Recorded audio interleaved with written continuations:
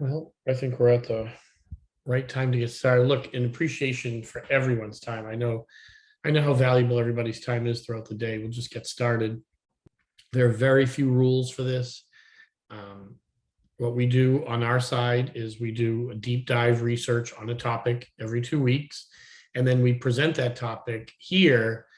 And it's really there could be more to it, or we could have done it less. We could have abbreviated some things. It's our best shot at exposing a topic that we think is really important, but very germane or relevant to HVACR and the future of managing these critical appliances and refrigerant. So let's take a look. We encourage you to turn on your video camera, fosters discussion. We will send out the recording at the end. For this webinar, we have a really nice handout on governance. We spent quite a bit of time doing research on governance and sustainability. We were fortunate. We were able to interview some clients who have a very strong European presence. They're very large, and we were able to get their input. We were also able to participate in a couple of meetings, which is happening more and more frequently. These meetings were directly connected, or had all the stakeholders directly connected. So everyone from management to board members, believe it or not, participated. And these are some Fortune 50 very large entities. So we feel fortunate to have had some inside visibility to what's actually going on. And I would encourage anyone who has any questions to post them in the chat. We'll stop along the way, and we'll address your issue as the screen pops up. So let's get started. We have 27 slides today, but of course, 3 of them are administrative. But the idea here is to talk about corporate governance and how it's about to impact us. Most of us are familiar with regulatory requirements. Hold on, before I get started, Maria, let's take a look. Maria, you had your hand up. What question do you have for us? I unmuted you, so if you want to ask instead of chat, that's fine as well. Okay, well, feel free, Maria, to drop it in the chat box at the top or the bottom of your screen. As you wand over it, it'll open up, but we'll circle back later on. All right, so anyways, we're very familiar with the regulatory responsibilities. Most of the people on this call, or people who are exposed to this topic, are familiar with really the narrow spectrum of regulatory responsibility. And I call it narrow because it's 50-pound and over assets. And let's face it, most of the ecosystem of assets, roughly 80+% of assets, are under 50 pounds in our work environment. So what we're about to talk about is how we govern all these assets, whether they're 50 pounds and over, 50 pounds and under, whether they're HFCs, HCFCs, HFOs, or even CO2. How do we manage the data, this work environment, and what does that look like in this new world of governance around these assets? All right, so corporate governance is a set of rules that defines these relationships between management, shareholders, et cetera. Very simple process here to understand what governance is and why governance matters right now, and we'll get into this, is that it has a tremendous internal company culture aspect to it. You see, government regulations are forces that act on our companies externally, but governance tends to be an internal thing, and shareholders react to it. Financing institutions react to it. We're going to talk about 3 of those instances right now, or 3 of those examples right now during today's discussion, and how these types of forces, internal forces, are now are forcing a change internal to companies. All right, as I mentioned, it's simple. Define the relationship, provide structure towards setting goals, and recognize values. You see, as I mentioned a minute ago, regulatory requirements are like the speed limit. Okay, so the speed limit's 55 in some places and 70 in others. And it's how close to that speed limit do you drive? That's your value, for instance. Not that there's a limit there, but how do you approach that limit? It's like driving through a school zone, and so you have to start thinking now, not just about the regulatory speed limit, but what's the value? What's your company's corporate value related to that driving? All right, that driving pattern. This is very important, and it's very different than regulatory compliance. And this all relates to ESG reports. And that's what's really pushing this issue to become very important for anybody who's listening to this call or listening in this video later on. Is governance is how you manage that corporate culture and sort of your ethos or your ethics, and that's how shareholders will know what your company stands for. And that's why these new governance issues, these new ESG requirements or responsibilities that are emerging, that's why they will have a very different impact on your company than the regulatory guidelines that have been set by agencies. Because the agencies don't care about the culture in your company. Your shareholders do. That's what they're buying into. And so this is a very different set of responsibilities. And the governance is the piece that your company will use, or the company that you're working for is using, to take these visionary goals that they may have set through their ESG reports, their environmental, social, and governance reports, and how they'll move those vision actions down into your work environment. And we're all very familiar with governance as it relates to financial boundaries that have been set for us. But now this governance is taking on a much more active role in moving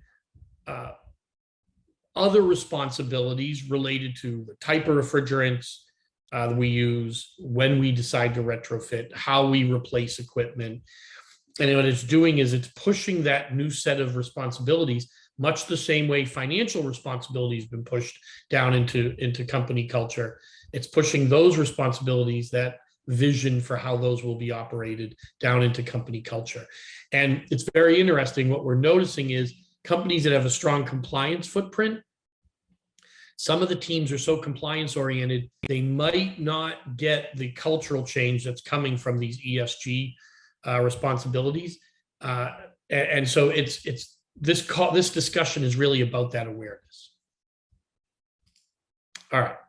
Why is this happening? Very straightforward. Better access to capital, lower cost of capital. Capital is the lifeblood of a company.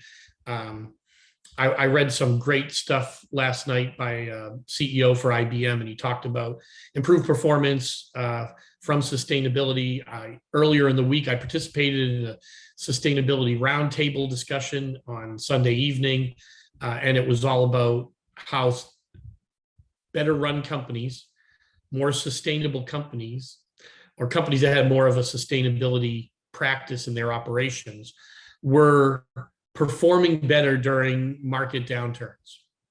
And really what this is all about is reducing risk, crisis of a scandal. And this is a very fascinating topic, because technically we're in the 30th anniversary of corporate governance. Corporate governance was started in 1992. It started with the Cadbury reports. No, it was not the Cadbury chocolate report, but it was by the family, or the head of the family, Sir George Cadbury, for the Cadbury empire. And he was tasked to become the director of the Bank of England. England had just seen a number of large company failures, and they really wanted to understand why these high-profile companies were collapsing. This was a time when, large institutional companies that we had all become, these have become just part of the bedrock of society, were starting to collapse. And why was that happening? And what George found was that there were a set of bad practices that had led to these failures, and they were very straightforward. They were very simple. And the report was called The Financial Aspects of Corporate Governance. And I looked around for some great quotes. There were tons of them by Mr. Cadbury, but my favorite one was from this book right here, The Fish Rots from the Head.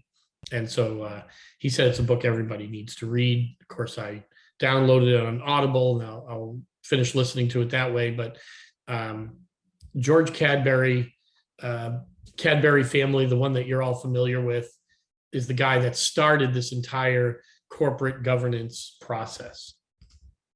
And here are the 6 things that George came up with. Wider use of independent directors. This is where we started to not just have directors that were part of a family or part of the investment pool, but outside directors, independent of the company. Introduction of audit committees and more audits and auditing the data. And this is a really big part of what's happening in governance now. And we have things here in the US like Sarbanes-Oxley. These came along, 15 years, 18 years after Mr. Cadbury started his process in England.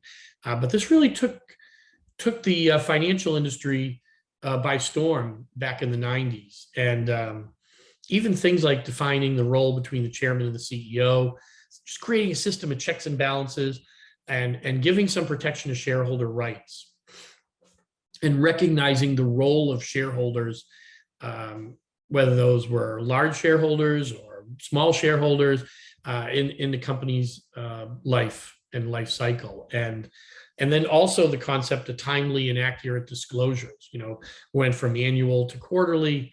And really, I think it was I looked it up, the stock market, I believe, was hovering right around 2,800, 2,400 back in 1993 when this report was released. And today, look at how 401ks have expanded the market, and we now have a very big investment network around impact investing, and impact investing is driving a lot of this ESG movement. So it's very important.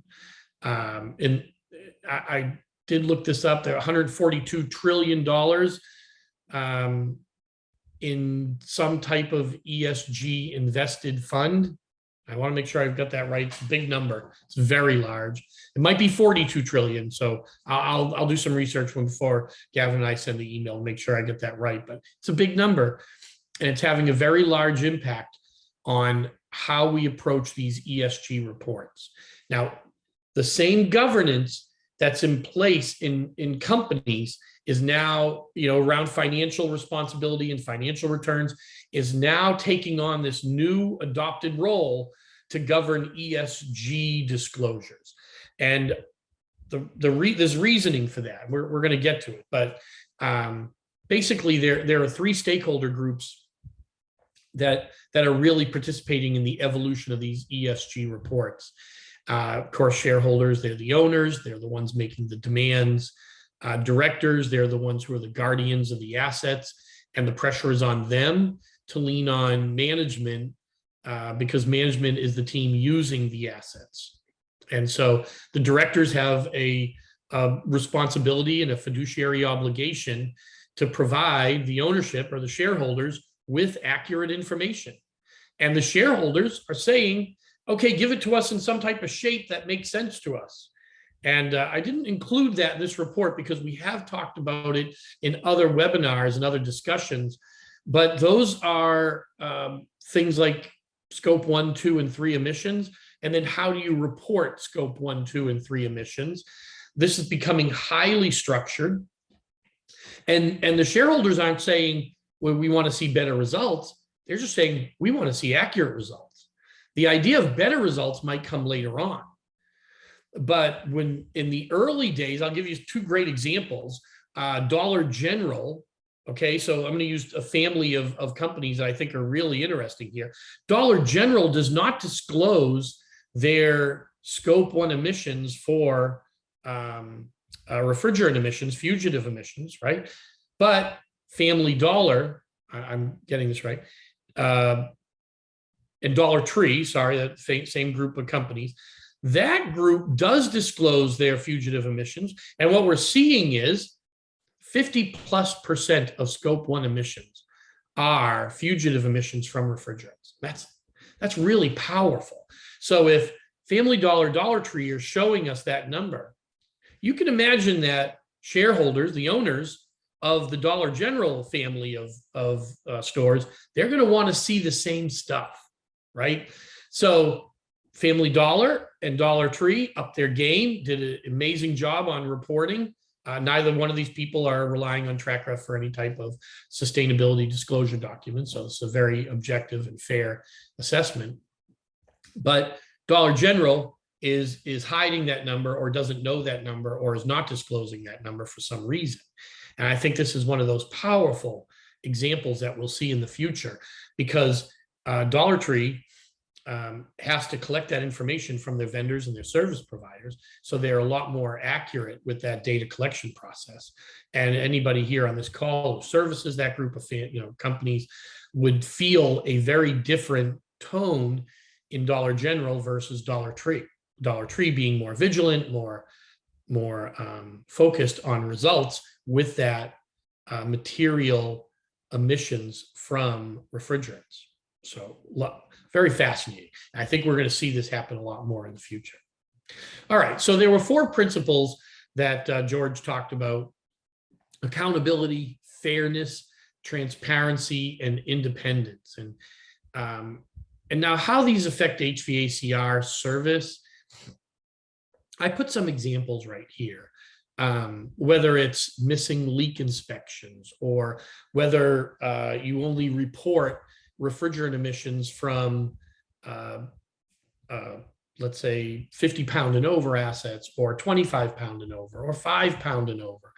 It's how granular is and accurate is your reporting, right? So, and your company would, or the company that you work for, is calibrating these accountability, fairness, transparency, and independence scorecards based on some type of framework that they've opted into.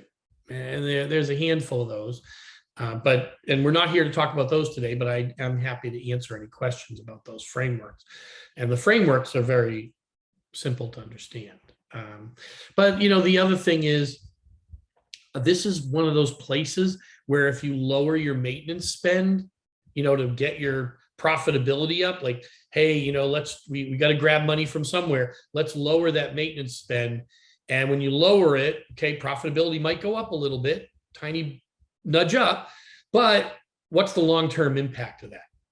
And this will really start to have an impact. And I'm seeing it right now. In non-cold chain companies, where maybe data centers or financial companies, where they're starting to see that their PMs might not have been as thorough as they thought they were, and where their vendors, primarily comfort cooling or air conditioning, don't have the same disciplines in place that refrigeration companies do. So if you're a refrigeration person and you're on this call, you're doing a great job, probably. You're much more aware of this recording and reporting responsibility. And this is where that transparency and accountability come in. They're better, believe it or not, in refrigeration, significantly better. Comfort cooling has some work to do. All right, so there's definitely a maturity that has to happen in the comfort cooling maintenance world to catch up to where refrigeration is. But anyways, I gave some other examples here, and they'll be on the slide deck when we share it out with you. But if there's no questions, I'll just keep moving.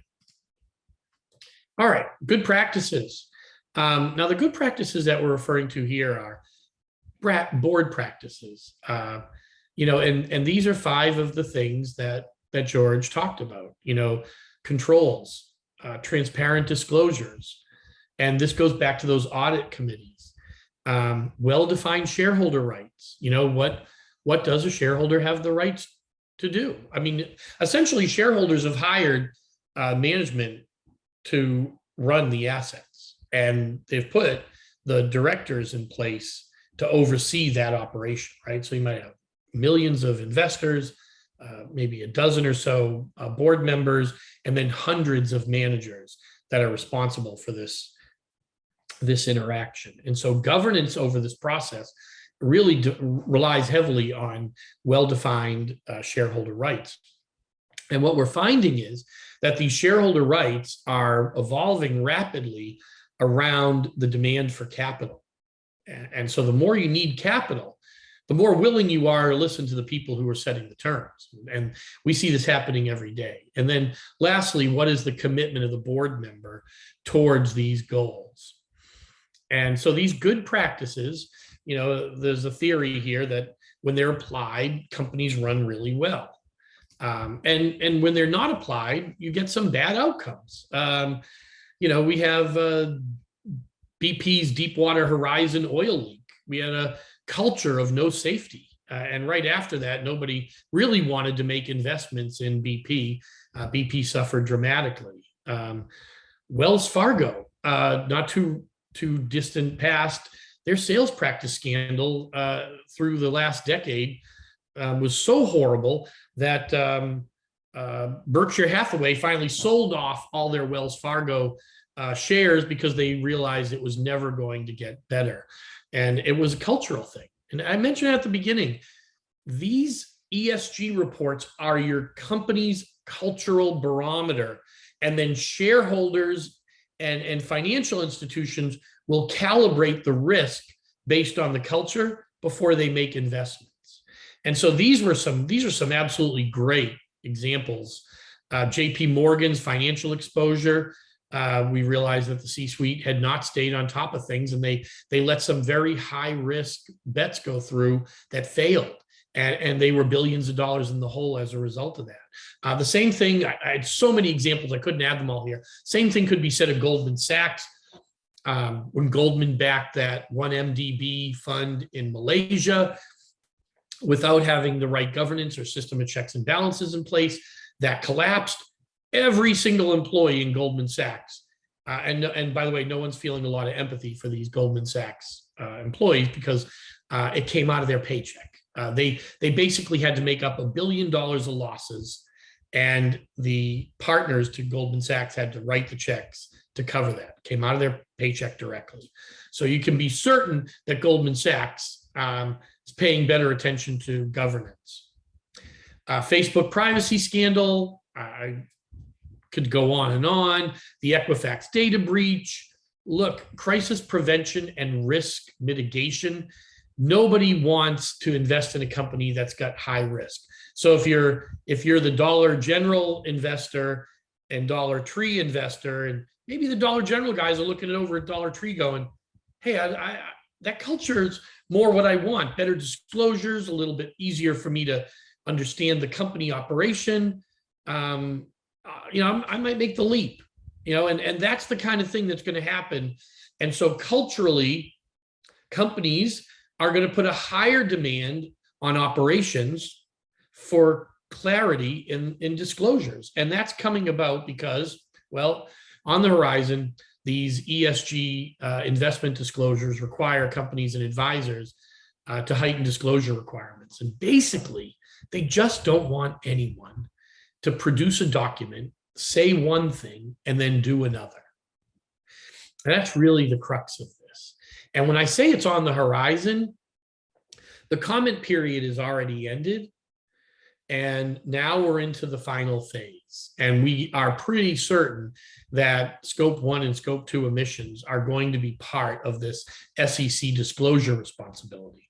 So if your company or the company you're working for has an ESG report, they're going to have to be factual disclosures in that ESG report.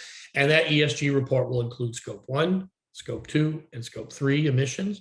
Scope 3 will likely be voluntary. The SEC will not penalize you for your Scope 3 inaccuracies, but your shareholders might. And I'm making an assumption there. And so there's a few pieces to this SEC disclosure responsibility that will drive this governance issue. This is, of course, the first one. The second one is what's called the names rule.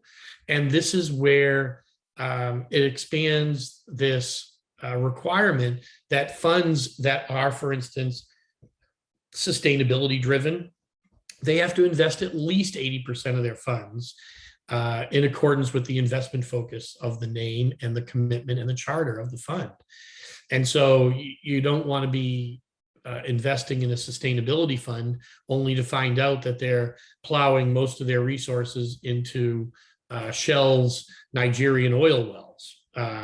You want to invest in a company, or the expectation and the requirement will be that you invest in a fund that is investing in things that have an impact along where you want your investment to go.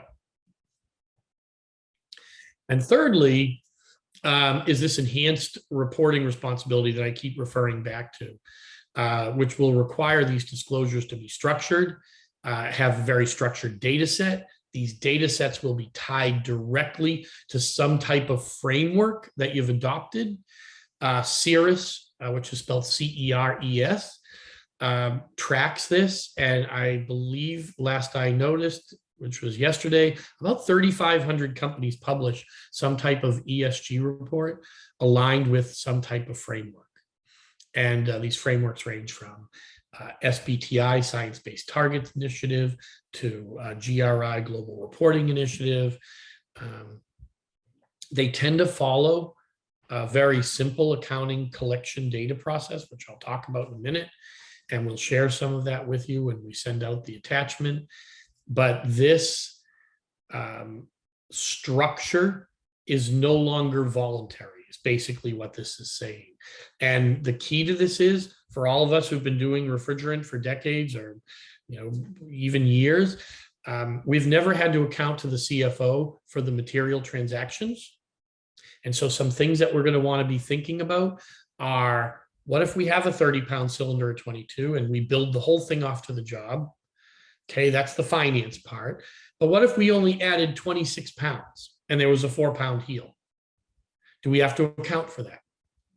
This level of accuracy, the same level of accuracy that you're putting into, that we're expecting in financial reports, is going to transcend these material transaction reports as well.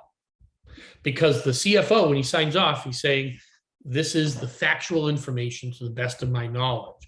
And if it's determined that he lied or misled investors, then he's liable for that misleading statement. And that becomes a very important part of a company's responsibility. All right, so now this is all happening under two bills, or two actions. One is called SB 260, and we're expecting a review of this bill on August 3rd. I believe, I think it's August 3rd is the next review. It's already passed the House, passed the Senate. It's gone through the judicial review in the state of California. This bill, to summarize this bill, if you have a business and it does business in California and you have any type of operation in California, the expectation and the requirement is that you will submit to CARB your entire scope 1, 2, and 3 emissions for the whole world. It doesn't matter that you do business outside, a portion in and a portion out of California. The disclosure responsibility in SB 260 is very powerful. And it says you will disclose your results into CARB's reporting system for your scope 1, 2, and 3 emissions. All right, so let that sink in. And for the record, that impacts 5,000. Oh, and by the way, your sales have to be $1 billion or over globally. And as that settles in, I will tell you that there are over 5,000 companies that are impacted by SB 260. So that's very, very interesting. There's over 5,000 billion-plus-dollar companies doing business in California, because the SEC ESG disclosure, which is separate, it only impacts roughly 3,500 companies. Now, additionally, I should note that there is a responsibility, because we're only here to talk about US companies today, but there is a responsibility in Europe for the same thing.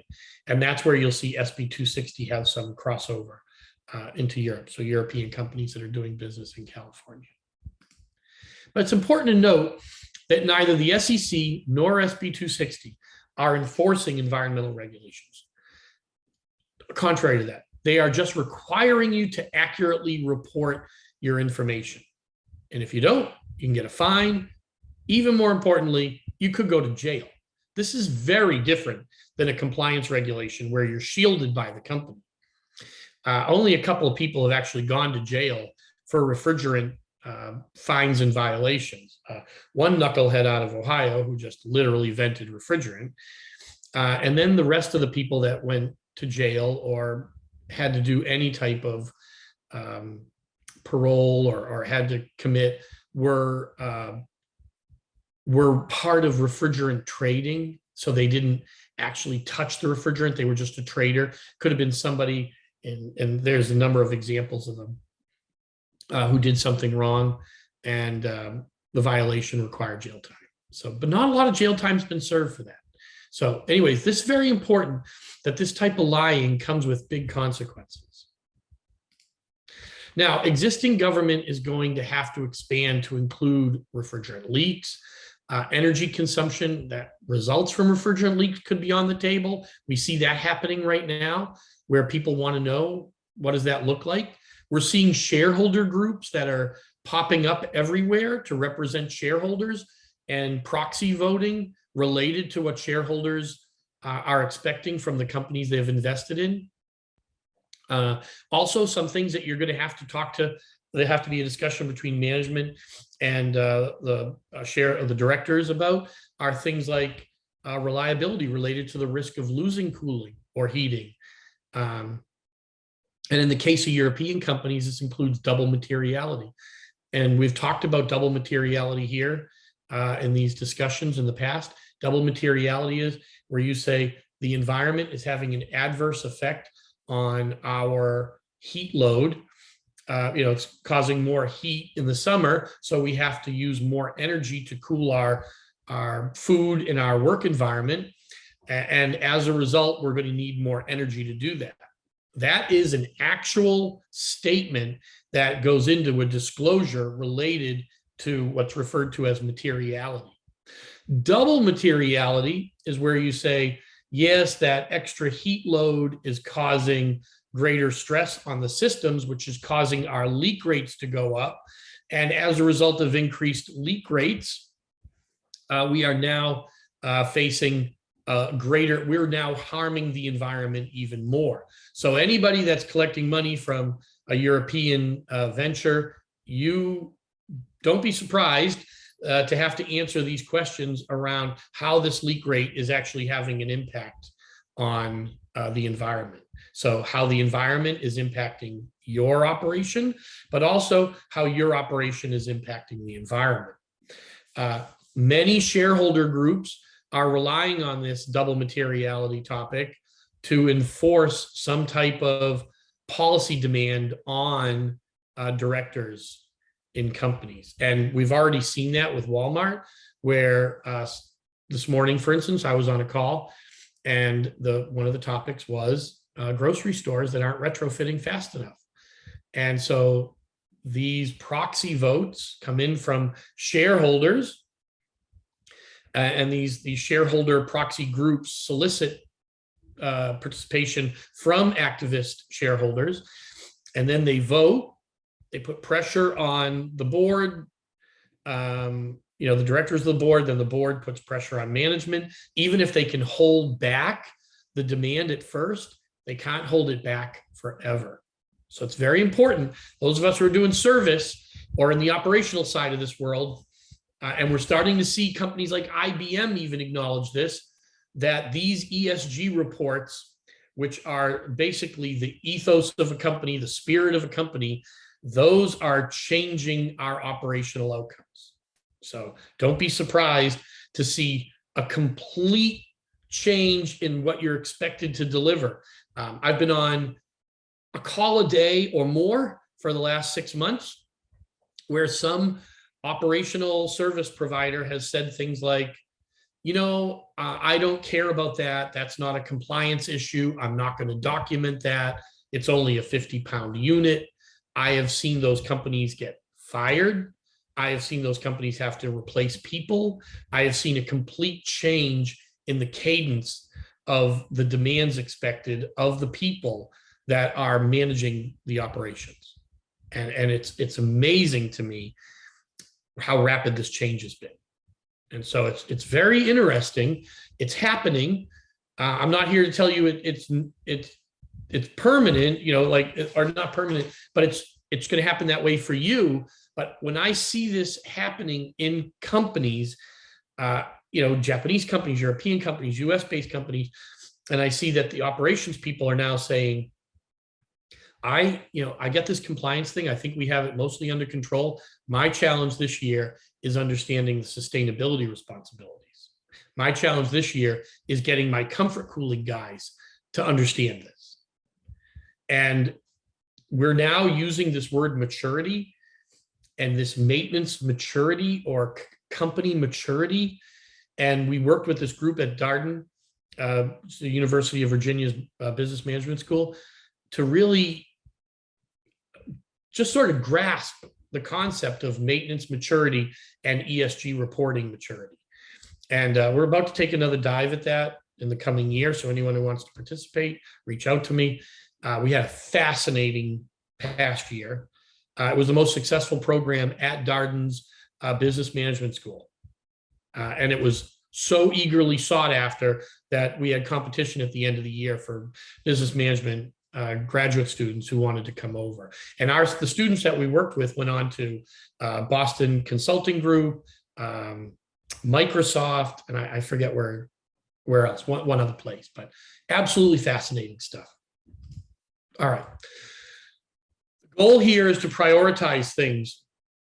And so the first thing that companies are doing when we're interacting with them is they're picking a methodology for reporting. And very often I'll say to companies when I come into that work world, what's your methodology that you've adopted? And then under that methodology, they'll pick two accounting type, or they'll pick from one of two accounting practices. They're both really similar. And then they start to build a scorecard for themselves. And that scorecard is going to evolve.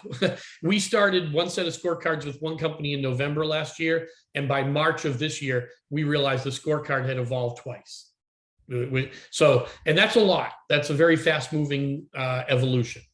And so creating a scorecard in the beginning was very lofty, but it got down to very practical values very quickly. So for instance, how many of your assets are comfort cooling? How many of your assets were under 50 pounds? How many were over 50 pounds?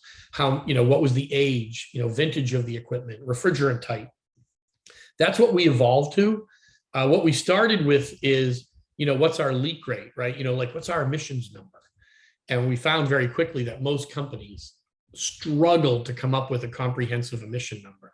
And I will also tell you that what we're noticing is the company goals internally are to have one internal emission number that they use to understand like the total scope of the factor, and then another one that they share with shareholders. And that is perfectly legitimate and allowable. It's just something you need to keep in mind, because your emission rate that you disclose to the public will likely not be your actual emission rate. Even though you might endeavor to do that, it is very hard to get to that number until you've given yourself a really significantly high score on your scorecard for your equipment quality, your maintenance data capture quality, and your team's awareness. Two of the other things both affect materiality. Materiality is risk.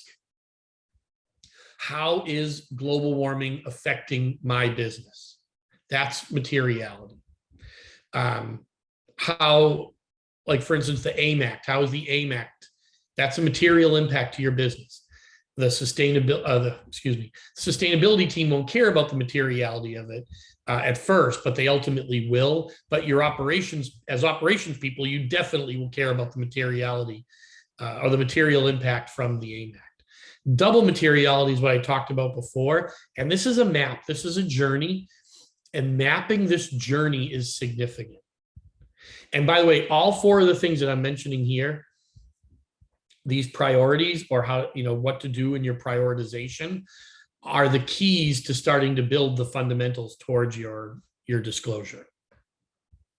All right, let's move through this next one. there's only two ways to report, two accepted industry ways to report emissions. One is TCR, the climate registry. And inside the climate registry, there's a mass balance versus simplified mass balance. This is the simplified mass balance. There's actually a third way where you can just straight on estimate things. And you're allowed to estimate if you think your emissions are below 5%. I can tell you, in all of the work that we've done, nobody's emissions are below 5%. No structural emissions are below 5%. No emissions are below 5%. So the companies that are estimating their emissions and saying that they believe they're below 5% just don't know what their emissions are. And that type of message is transferring to the shareholders. Shareholders are saying, oh, you had to estimate those emissions. Do you have operational gaps that are leading to that? And we're starting to get those questions really rapidly, because it doesn't take long to go from top management to middle management to operational management. We're seeing that conversation happen within 2-3 days. So once the challenge comes to management, it's usually within 5 days that we get a phone call. Hey, I need some help understanding this. So I shared some snippets. IPCC has a balance sheet. TCR has a balance sheet. They're almost exactly the same. Some of the terms are slightly different, but what we're seeing is you're taking operational data and transferring it onto these balance sheets. TrackRef actually has these balance sheets built into them. We went one step further and we implemented what's called an installed inventory balance sheet, because what TCR and IPCC don't understand is that your installed capacity is it's moving. It's not static. Roughly 5% of all equipment has some type of turnover or changeout. Could be a retrofit, could be a shutdown, could be a replacement throughout the year. And so that will really heavily affect your bottom line when you use the fact that, or you consider the fact that the weighted average of those materials might be higher for your older systems than your newer. So we went and we put an installed inventory balance sheet in to accompany the mass balance report. But the good news is, if you're tracking this stuff in TrackRef, and those, I see many client names on here, customer names, then you're already getting the material transfers that you need to build the balance sheet. Some of the gaps that we see are service companies that don't disclose the recovered refrigerant well. And so we don't know where those materials are going after they leave the site, and we don't have documentation on that. So that's something that we're all going to have to pay more attention to. And for the companies that struggle and don't have an actual balance sheet to give to upper management, senior leadership, or sustainability, what we're seeing is these estimates. And I don't know if there's anyone on here from a big 5 or big 3 accounting firm, but we're seeing the big consulting firms use EPA emission factors, which are also IPCC emission factors. And these emission factors are listed, and I find them highly, highly unreliable. And I can tell you that the recovery efficiency of a medium or large refrigeration unit at 70% might be a little bit more reliable than transport refrigeration 70%. We know for a fact that 100% of all refrigerants ultimately get vented. But the recovery numbers in the United States for the last 28 years are about 3 to 4% of total refrigerant purchases. So I want that to sink in. 3 to 4% of purchases are accounted for in recovery volumes that go back to reclaimers. That's really low. And it does not mesh up with these numbers at all. But if you are using an emission factor to estimate your refrigerant, you'll be happy to know that Annually, transportation refrigeration is listed as 50%. And refrigeration from commercial refrigeration, stationary systems, is listed at 35%. So you're expected to publish, if you're estimating your 50 to whatever, 10,000 pound system, you're expected to report 35% emissions if you're using these emission factors. And where we see this come in is with big accounting firms that are unfamiliar with operations, and they just need a placeholder value to put in there to share with the ESG teams, sustainability teams, and senior leadership. So I don't believe these for a minute, but that's what's published.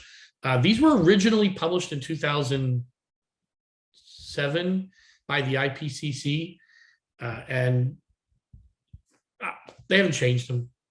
But I wanted you to be familiar with this emission factor.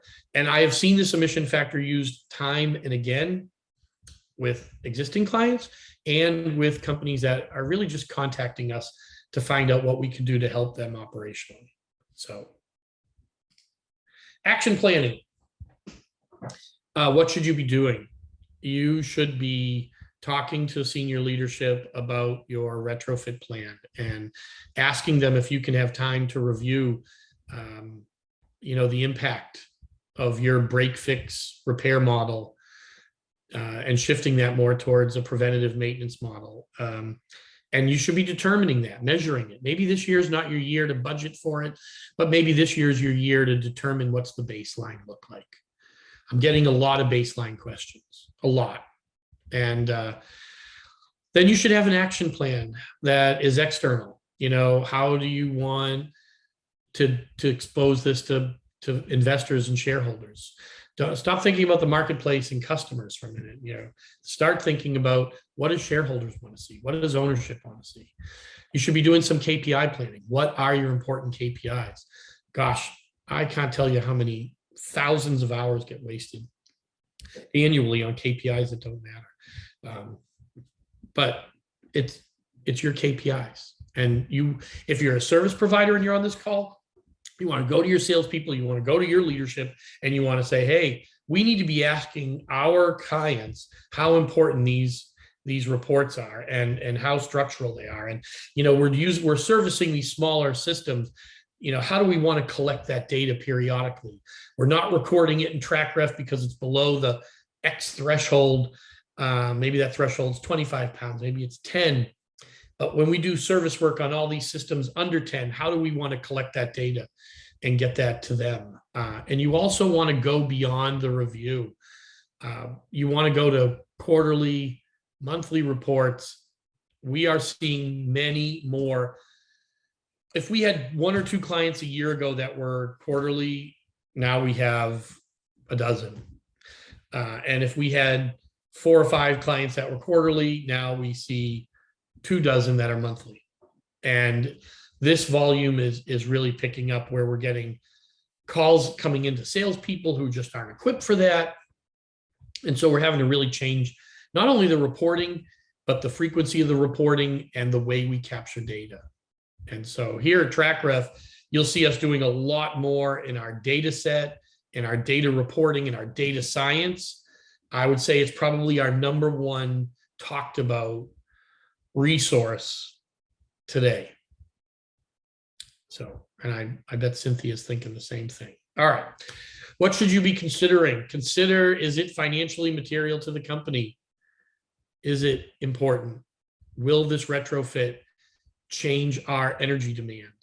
Minor changes in the past wouldn't have mattered, but now with shareholders looking at this data, just like they would look at a balance sheet, you want to ask yourself, is this important? One thing I saw happen last year that's completely out of sync, it won't seem germane at first, but it really is the state of California had a rebate in place if you enlarged your condenser.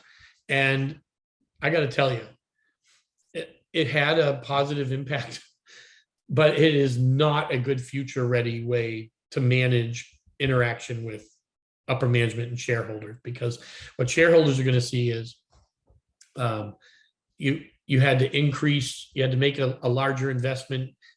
What's the ultimate impact on energy if you add more refrigerant? What happened? I mean, theoretically, these are supposed to be lowering energy consumption, but they might increase the amount of refrigerant charge that goes into a system. And is that really what was expected? You really got to look at the material impact financially on the company, not just on the bottom line, but on the company. So keep that in mind. Will the AIM Act reduce access to obsolete refrigerants? You would think that I'm a huge advocate for this new heat pump movement that's happening across the northern US, more electrified heating systems for the northern states like Minnesota, Maine, Massachusetts. I'm not a big fan because this is pushing more obsolete refrigerants into the marketplace, and it's going to shrink down this marketplace's access to those needed resources in the future. So I was on a couple of calls over the last month with some members of Congress and some advocacy groups and activist groups, and this is one of the topics that keeps coming up. Why are we pushing heat pumps when we haven't really talked about what do we do with the options for refrigerant in the future? You want to be asking yourself how much of your refrigerant inventory is still in the HCFC phase. We just did an inventory with a client, and over 50% of their inventory was still R22. Not so surprising considering some of these units were only about 8-10 years old. But it is surprising considering we're in Gen 4 of refrigerants heading quickly to Gen 5, and we still have a lot of Gen 2 refrigerants circulating out there. And then you want to ask yourself, what portion of your maintenance is break fix? This is every topic, every day, every group that I'm meeting with. This is number one topic. What we found through this great Accenture study was that about 3% of the marketplace was fully evolved, and only about where, and what I mean by evolved or mature, the word I should be using, 90+% of their budget was preventative maintenance. 5%, 5 to 10% was break fix, which is what they consider the right balance. And then you want to understand what's your inventory completeness. A company came to us, they look at our inventory, it's great inventory. That inventory that they shared with us represented 5% of their total installed capacity. So they didn't know what 95% of their installed capacity was. And I got to tell you, I was dealing with both management and director of the company who was responsible for assets. And this director was so frustrated because they were told that they had complete records, and they had disclosed that they had complete records during a shareholder discussion. And when they found out they didn't, this shareholder, I don't know what they ended up doing, to be honest. We're just at the beginning of our relationship. But this disclosure turned out to be a lie, that they didn't have it. And so now they had to go back and get it. And I want to say that they've invested millions of dollars, or they're committed to millions. And the number was big. It was between $6 and $10 million just to find out what their inventory was. All right, really quickly, I want to go through these last slides. Deutsche Bank, if you don't think SEC and ESG reports are important, you'd be wrong. Deutsche Bank lost 9% of its market value last year, or $1 billion in shareholder value. That's a big number. Goldman Sachs, Bank of New York, Mellon, both also being investigated for improperly aligned investments. And again, we're back to culture. They just thought they had good information, didn't have good information, and then they worked to really try and explain their position. And all three of these institutions, Goldman Sachs is going through an investigation right now, Bank of New York, Mellon is same, and Deutsche Bank is. Anybody who's watching the news realizes Deutsche Bank had their offices searched by the German government recently. Okay, so what is governance? What is it not? Governance is not your policies and procedures. Anyone who thinks that, you're missing it. Policies and procedures are part of your operation. and they're part of your work processing and architecture for work processing. And they should be refined and respected, but they are not your governance. Your governance is how you use that. Your governance is your information and your technology and your people all working together in collaboration to make decisions. That's governance. And a lot of times after I'm done with a senior leadership meeting and I'm left to go talk to the operations people, the very first thing they hand me are their policies. And I'm like, well, these are fine. But the question is, how are you measuring your maturity in using these policies? Most people's policies have never been used. Maybe they don't have a training program for their policies. Maybe, they haven't done an audit on a record or on a vendor and said, we're going to do a deep dive on all of your records for the month of January to review your activity to make sure that it's in line with our expectations. Every finance team has gone through an audit. And then lastly, it's number one on my chart, but I ask this question of every single group I work with. Have you ever fined or rewarded anyone for their performance? If you find a vendor who is making a mistake, create a punishment process for it. It doesn't have to be onerous, but it has to be there so that otherwise you don't have a real governance process in place. And then equally create a reward system.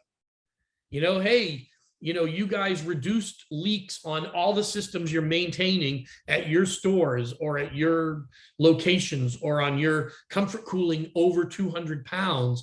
And as a result, we're going to give you, I don't know, a fruit basket. It could be anything to say that there's recognition, either good or bad, for performance. Without it, you have no governance. None. That's where governance starts, is recognition of a process and then forcing that process throughout the performance period. All right, look, I talked a lot about governance. This slide's super important to me because for 28 years, this has been one of the most important topics for us. Inside TrackRef, there's already a built-in escalation policy, a rules engine. We have a broad level of stakeholder engagements. Right now, at almost all of our non-cold food chain companies, cold food chain is just different. So that's why I break them apart. We have a high level of governance activity. And we've built in all the conversion factors. We did this over a year ago. So we have AR4 factors built into TrackRef. In about a year, we'll allow AR5 factors to be used. You'll be able to toggle between them. And I've talked about AR5 factors in the past. AR5 is the 20-year life cycle. AR4 is the 100-year. The key to TrackRef or any type of governance system is to align your data capture process across all providers. Inside TrackRef, we've been a heavy observer and high amount of respect for the ISO process. So we've already built in all the standards under ISO 14000 and 14064. So if you're using it, it's already there. The difference is between just a placeholder for your data or a place where your data goes to take on life and it becomes a digital twin. Look, you've already seen all the reports and I've talked to you guys about all of them if you're a client of TrackRef. If you're not a client of TrackRef, that's what you get when you participate with us. We're on a mission here to help companies improve their refrigerant emissions. We think refrigerants are really valuable as long as they can stay in place where they belong. And when they can't, that's when we have to make changes to what we're doing. So I did not see any questions. I hope everybody's still awake. Our next discussion is on August 4th. It's around fugitive emissions. And then on August 18th, we're going to return to a compliance discussion and an update on EPA regulations. So I don't see any questions in the help box. I've used the whole hour. I appreciate everybody listening. Thank you. If there are no additional questions, I'll drop off, but I'll give everyone a second. No questions from me. Okay, fantastic. All right, guys, I can't tell you how grateful I am that you even bothered to take an hour out of your day. I really put a lot of time into these in these research opportunities. I use it as a central part of my entire workday. And I always feel excited to bring something back to the group that wants to hear about things that are important or evolving or emerging out there. So incredibly appreciative and thankful. And I hope everybody has a great day. Thank you. You too. Thank you. Bye, everyone.